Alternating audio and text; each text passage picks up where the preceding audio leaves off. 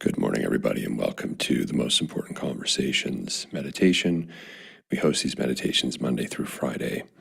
The general theme of the meditation is liberation. That's the macro theme of all of our meditations. And during each meditation, we begin with a short talk, and the content is derived from our main program around liberation called Whole Life Architecture. And in that program, people gather together once a week. They collaborate, they work together, they learn together, and they all are on the path of activating and reconnecting to the creator within, to their creative essence, so that they can create a life by design as opposed to merely tolerating a life by default. Before we get started this morning, and by the way, if you'd like more information about that, you can go to TMICglobal.com if you'd like more information about whole life architecture. Before we get started, I'd like to just announce that we're going to be taking a break after today from the meditations until January 5th, 2026, which is a Monday. So we'll be taking a break. The replays are still available for those who have been tuning in and want something over the holidays. But we're just going to take a break and then we'll be back. I'm ready for the new year on January 5th. And on that note, I wanted this morning to kind of end the year off with a short talk about reflections on the year, as well as visions for what's possible for you in 2026. The reason we spend so much time doing the work around liberation is because to liberate oneself, it does take time.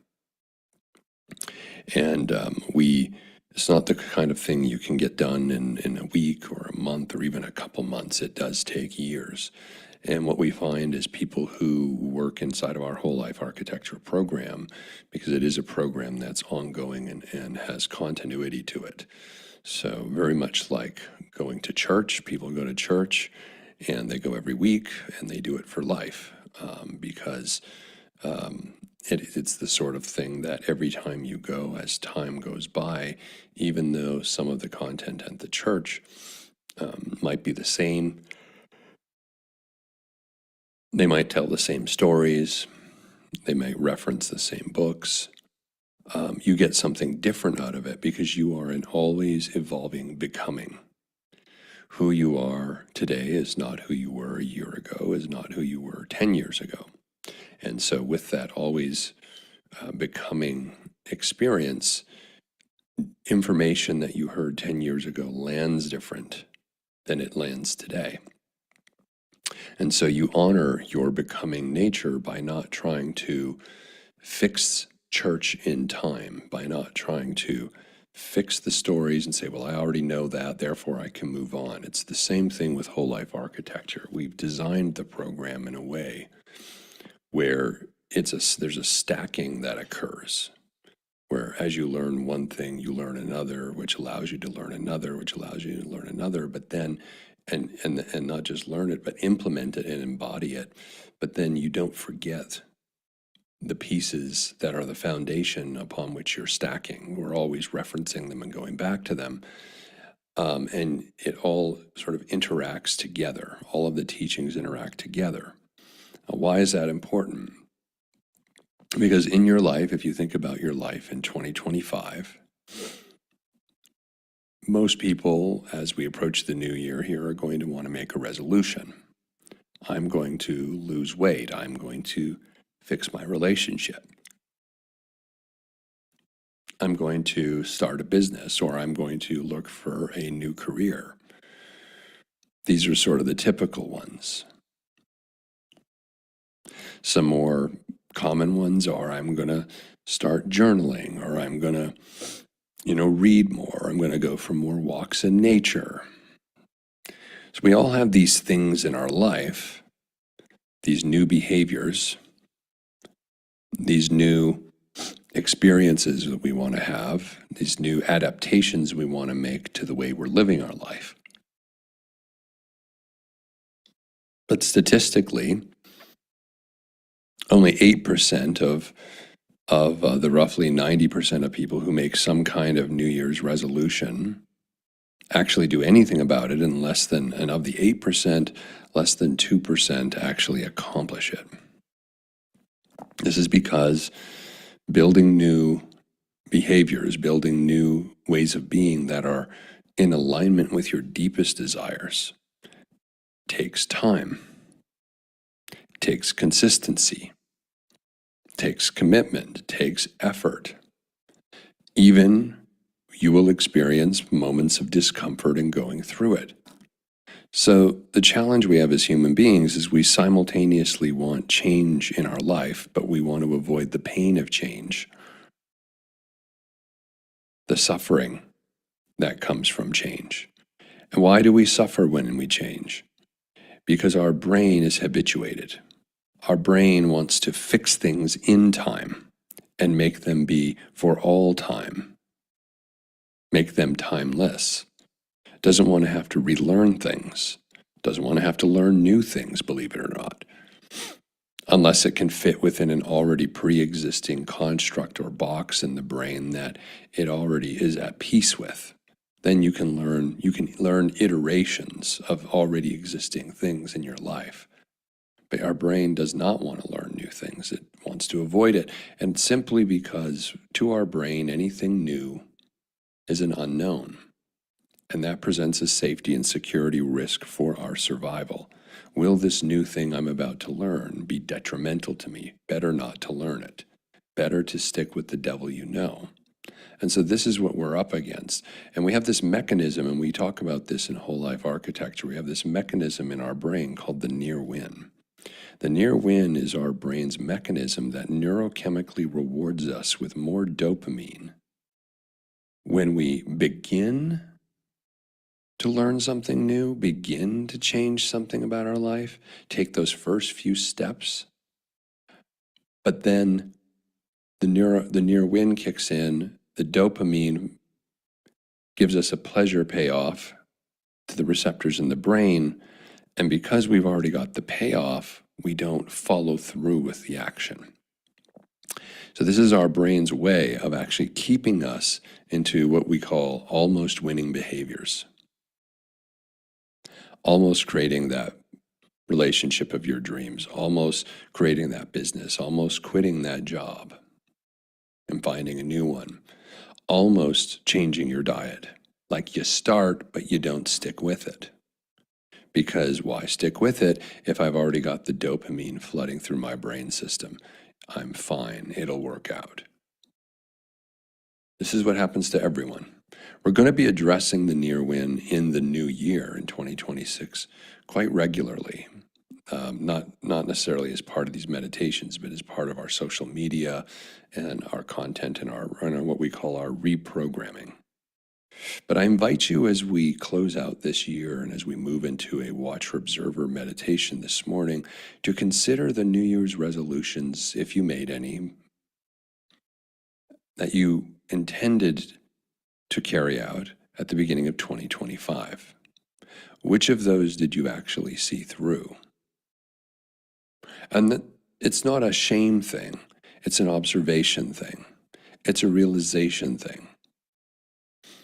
That you too have this working against you. And there's always reasons for why we didn't pursue or accomplish the New Year's resolution we made. But what I know about human beings is if they really, really want to do something short of being desperately ill or having total financial collapse or something really dramatic, if we really want something, most of the excuses we've come up with for why we didn't attain what we sought out to attain are just stories that we make up to assuage and make ourselves feel better. The truth is we avoided the effort and the discomfort, which is the default programming of human beings, to avoid effort and to avoid discomfort of the change that your New Year's resolution would have required. This is the reality, and this is why we created the program Whole Life Architecture in 2018. I realized about 15, 17 years ago now that no one was going to be able to change unless they had a support system, unless they had a structure, unless they had continuity, and unless the content that they were learning got to the metacognition levels, the source essence levels of how we think and who we are being in the world. That change has to start at the root. It can't be superficial. So if you can think of your New Year's resolutions that you made at the beginning of 2025, and now fast forward to roughly 9 days from now, what are the New Year's resolutions you're already pining after and thinking about for 2026? Are they the same ones that you made in 2025? And if so, that's fine. This just means that this thing you're making a resolution, this area you're making a resolution around, is very important to you. And if it's not, and if it's a new one, that's fine too. The deeper question is, what are you prepared to do to make sure that you experience the transformation in that area for your life? If you think you're going to be able to do it on your own, you have a less than 2% chance of succeeding. If you're really serious about accomplishing it, achieving it, attaining it, I invite you to look at Whole Life Architecture at TMICglobal.com. And so let's move into our Watcher Observer meditation this morning. The Watcher Observer meditation is a meditation where you're not actively guided. You're just being.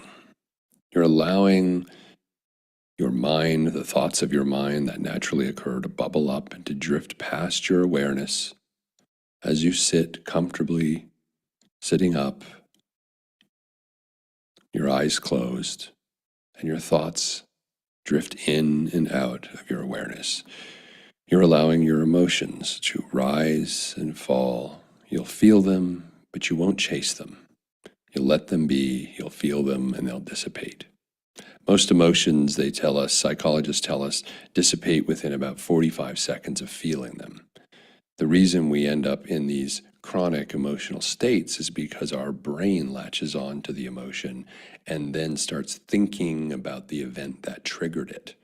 And then we ruminate on it and we relive it, and it becomes story and it becomes part of our daily thinking patterns. So we're constantly reliving these emotions that should have just passed through our body. They're there to guide us. They're there to help nudge us and keep us in alignment. They're not there to be fixated on for years. So in the Watcher Observer meditation, you allow your emotions, you feel them, they rise, they fall, they dissipate. And invite your subconscious, not as an active thought, but just as a passive thought in the background, to perhaps deliver you insights this morning about who you choose to be in 2026.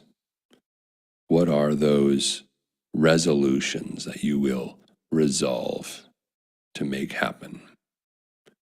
And how deep is your resolution? Let your subconscious mind just speak to you in the background. Maybe it won't even say anything during the meditation, but maybe you'll have a flash of insight or an awareness thereafter. If you do get a flash of insight during the meditation, don't chase it, don't attend to it, don't start thinking, don't plan. If you find yourself doing that, notice it and let it go and come back to nothing. Come back to expansiveness. Come back to an empty mind, to a being that is just being a receiver, not a thinker, not a doer. We do enough doing in our life. We're human doings for the most part. We have forgotten how to be human. Being human is to be open and receptive, to be a creator. Because all creativity can only come from emptiness, from nothingness, from space. Create that space this morning as we move into our watcher observer meditation. Let that space transform you. Let it free you. Let it drop all of the things that you're holding on to. Let them drop and let that space cleanse you this morning. So for the next few minutes, we're just the watcher observer of our thoughts and emotions. You are not your thoughts and emotions. Be seated in a comfortable position. Take a few deep cleansing breaths. Close your eyes and allow yourself to just observe. And I'll see you all in a few minutes.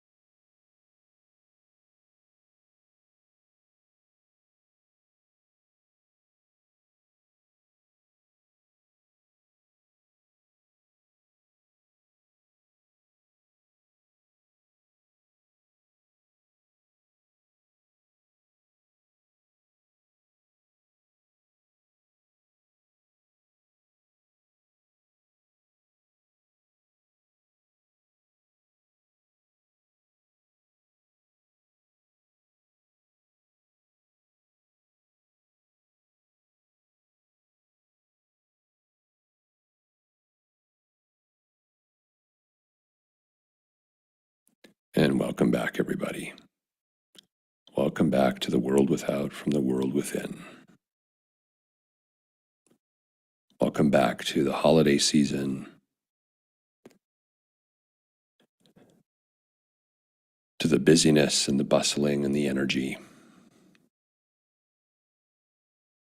As we break today, if you got any insights about your resolution or resolutions for 2026, take that with you and give consideration to how you will implement them, how you will activate them, how you will make them manifest. Do you have a community and a support system to ensure that this year you accomplish your resolutions? If not, again, you can find out more about whole life architecture on tmicglobal.com. And as we move out into our day this morning, see if you can stay present to this open space amidst all the busyness and the noise and the bustle of the season.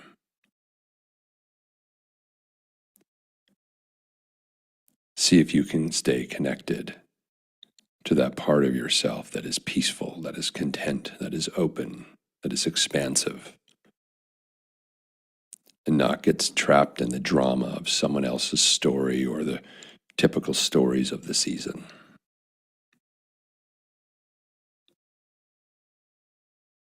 I invite you all, if you want to continue to meditate over the holidays, to find our recordings that are on YouTube. As we move into our community structure in 2026, we'll also be offering a circle community where our meditations will also be housed, as well as other valuable tools to help you on your journey.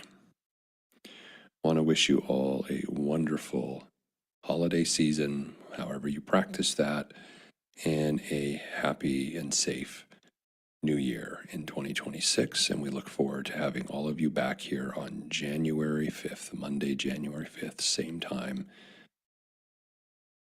And we'll be beginning a new and expansive program for TMIC in the new year. So we hope that you'll check it out. Have a wonderful holiday, everybody.